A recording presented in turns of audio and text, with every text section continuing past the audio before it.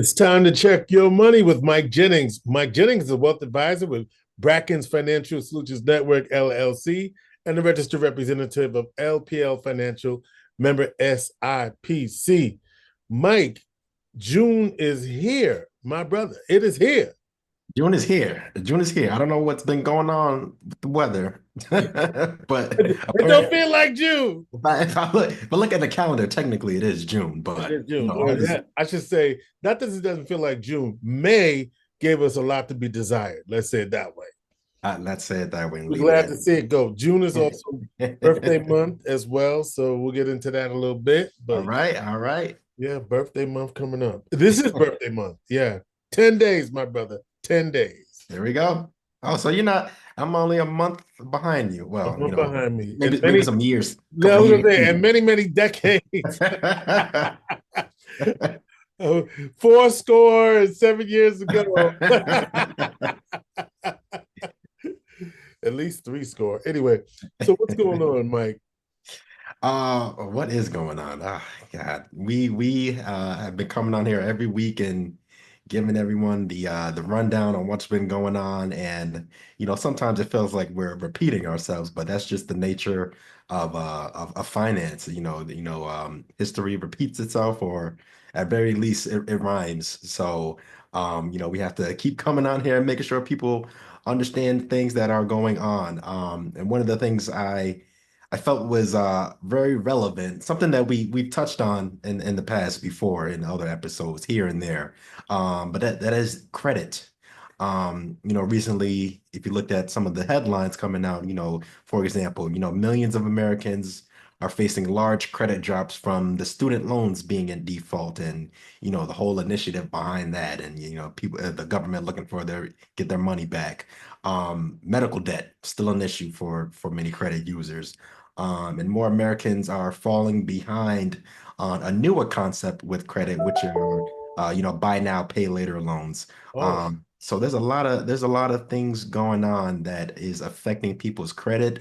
But what I found in some of my conversations just in the last couple of weeks with some prospects is that people really don't understand credit, like what it is and how it works.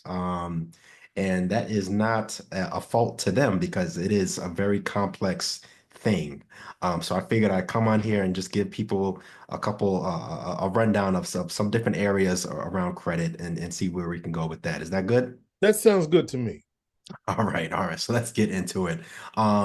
First of all, credit. We all know we have an idea of what credit is, right? You are acquiring something of value and then paying it over time. It's a system of debt, right? So with credit, you have revolving credit. So these are things like your credit cards, personal lines of credit, home equity lines of credit, HELOCs.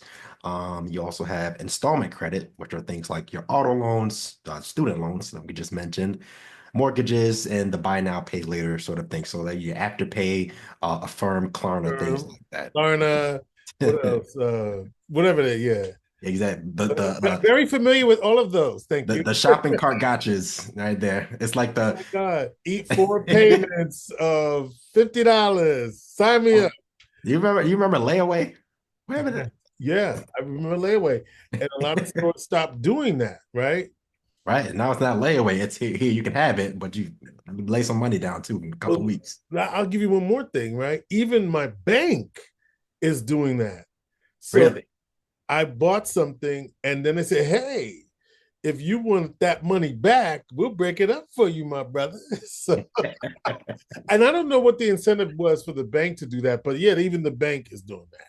Listen, they're gonna get you. They're gonna package it up real nice. However they frame it, they're gonna get you, right? So again, we have revolving, installment, and open credit. So these are things like utility bills. I know people are like utility bills. How's that credit, right? Listen, it's something that is a financial responsibility. And I can assure you, if you don't pay your utility bills, it'll show up on that credit report. Hmm. And charge cards, things like that. So that's open credit, right? So how do these things affect your credit overall, your credit history, I should say, right? Um, Payment history. That is actually the largest contributing factor to your credit score. the amount of debt that you owe, and typically the utilization as well. I know we all heard of the 30%, 30% rule of thumb, right? So if you have $1,000 in credit, make sure that you're only carrying 30% or under, on the next revolving And that's for cycle, right? everything, right? Uh, For everything. across everything. So you take Right. the total amount that you owe on all of your credit cards, all of your lines of credit, and then that's your credit utilization. So it's a total aspect as So, well. so like you said, if you have $1,000 in credit Hmm. available to you on one of your credit revolving credit, let's say a MasterCard or whatever, Hmm. basically $300 is all you should have on that. Now, that's on average, right? Because if you go on Hmm. a trip or if you put your tickets on a credit card, then it may go up a little bit, but there's Hmm. ways to deal with that. But go ahead. That's right. That's right. You got it. So the total amount owed, length of credit, also a big one. Because that shows how long that you've been able to manage debt. Now, if I look on my credit report, one of the biggest things against me is there's like, yeah, your credit accounts, your oldest credit account is too short. And I'm like, my oldest credit account is my student loans. I've had that for, at least 15 years. So something like that. So, Right, right. it's very, they're looking a long frame of time as well.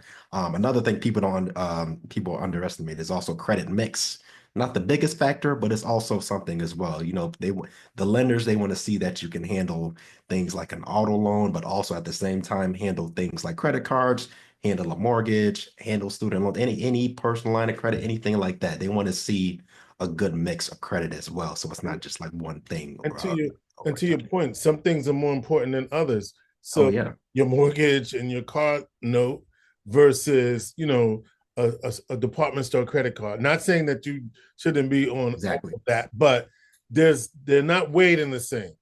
Exactly. Because like a credit card, okay, you're paying it off every month and that's what, but a mortgage, that's a 15 to 30-year commitment right there. Right. And then also new accounts. This is something people fall into a lot. I know we just passed Memorial Day weekend. I know a lot of us were at the mall.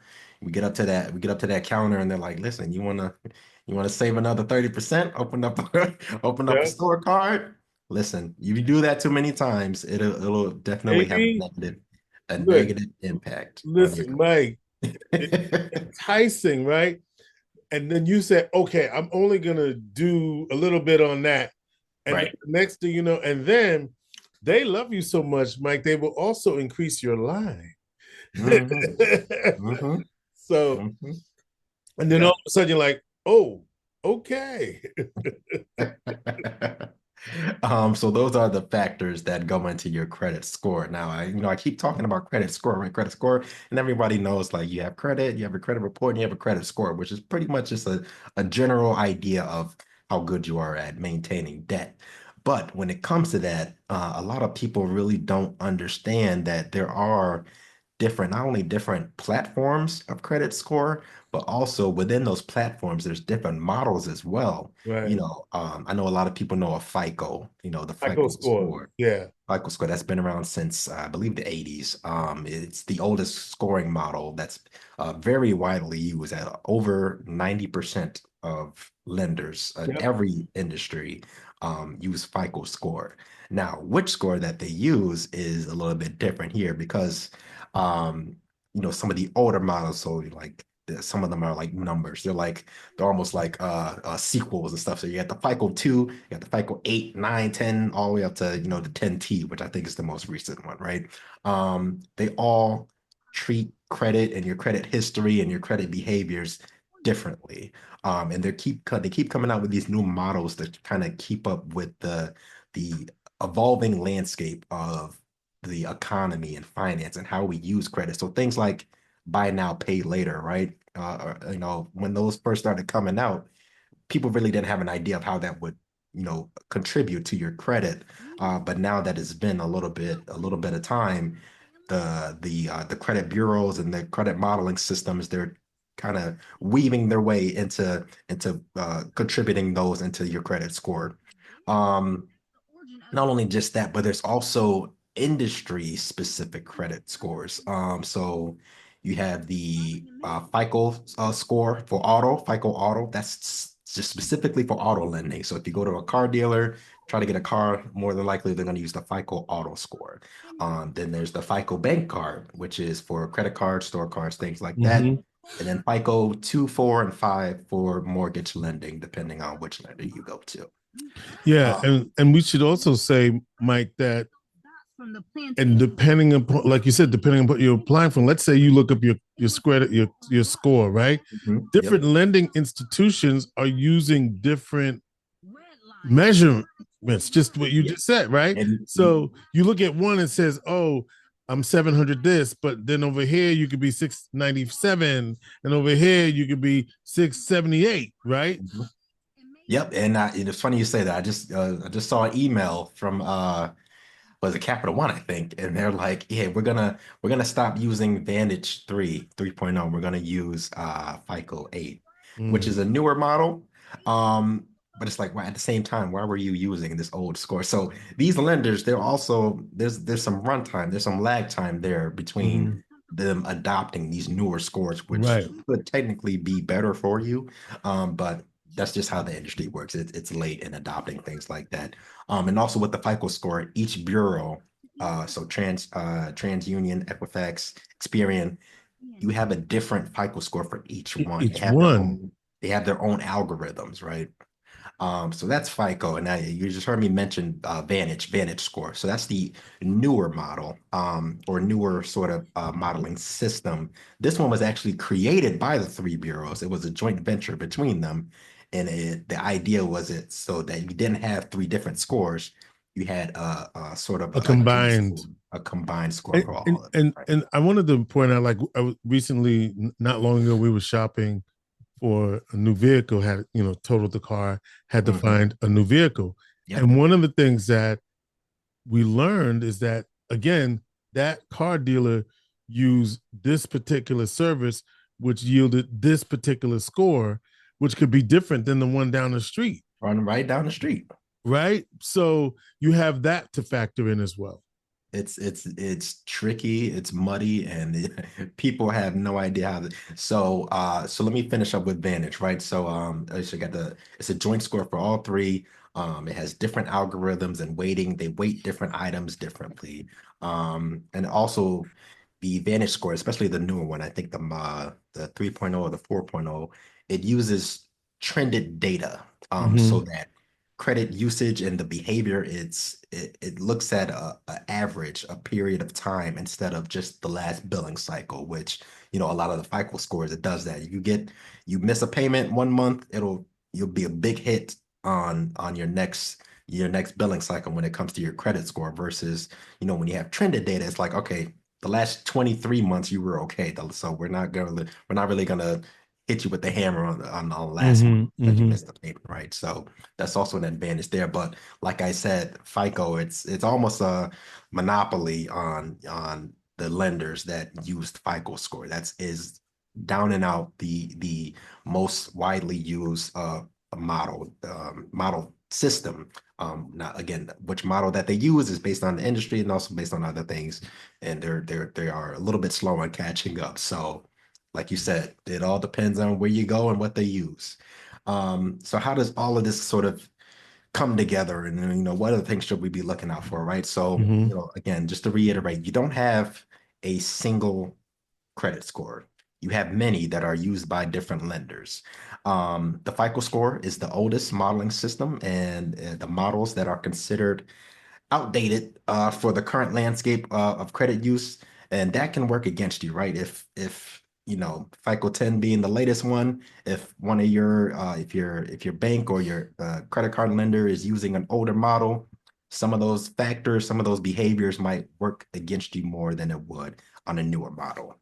Um, the recent, like I mentioned before, the recent targeting of student loan debt holders will have major impact. Some people are already seeing that, right? And that's going to affect millions of people. I just saw an article earlier where someone in one day lost between 100 150 points on their credit score. That's Because of the just student from loan. because the student loans that were originally in deferment, then it became in default. And now that the government said, yeah, we want our stuff back, it's affecting them. So that's a big one right there. And many, many, many Americans have student loans and will continue to get student loans because that's pretty much the only way you can get into college these days. Right.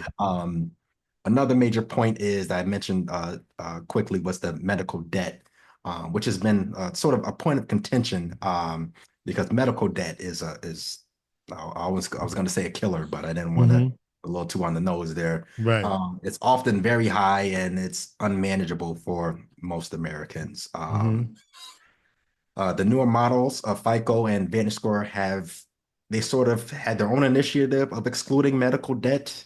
But again, the newer models are used less by lenders. And the Consumer Financial Bureau or Protection Bureau, they actually came out with a rule at the end of last year, but actually, I think January of this year, where they were seeking to ban medical debt from showing up on your credit report and having a factor into it.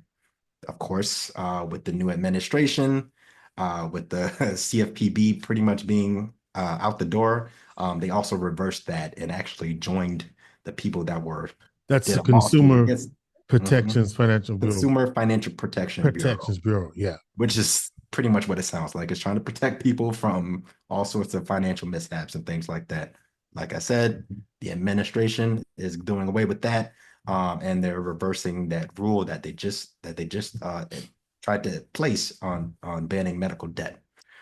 So that was a lot. I know that was a lot. And there's so much more I can get into, but we only got so much time, and so many people to help. So if you want to learn more about credit, please, and let me throw in this too. Anybody that is advertising themselves as a credit repair shop or people think like that, listen, take that with a grain of salt. The number one, the biggest thing that is going to help your credit is doing better in the future. It takes time. You just have to let some of these things fall off. I know some people tell you, "Oh, I can write a letter to this person, that person, get this thing taken off, get that thing." Listen, just try to do better and keep doing better. That is what's going to fix your credit score, right? If you want to learn more, give me your friendly neighborhood advisor call at 315-748-5540 or send me a quick note at michael.jennings@brackensfsn.com. All right, Mike Jennings is a wealth advisor and financial planning associate at Brackens Financial Solutions Network, LLC, and a registered representative of LPL Financial, member SIPC. He is your friendly neighborhood advisor.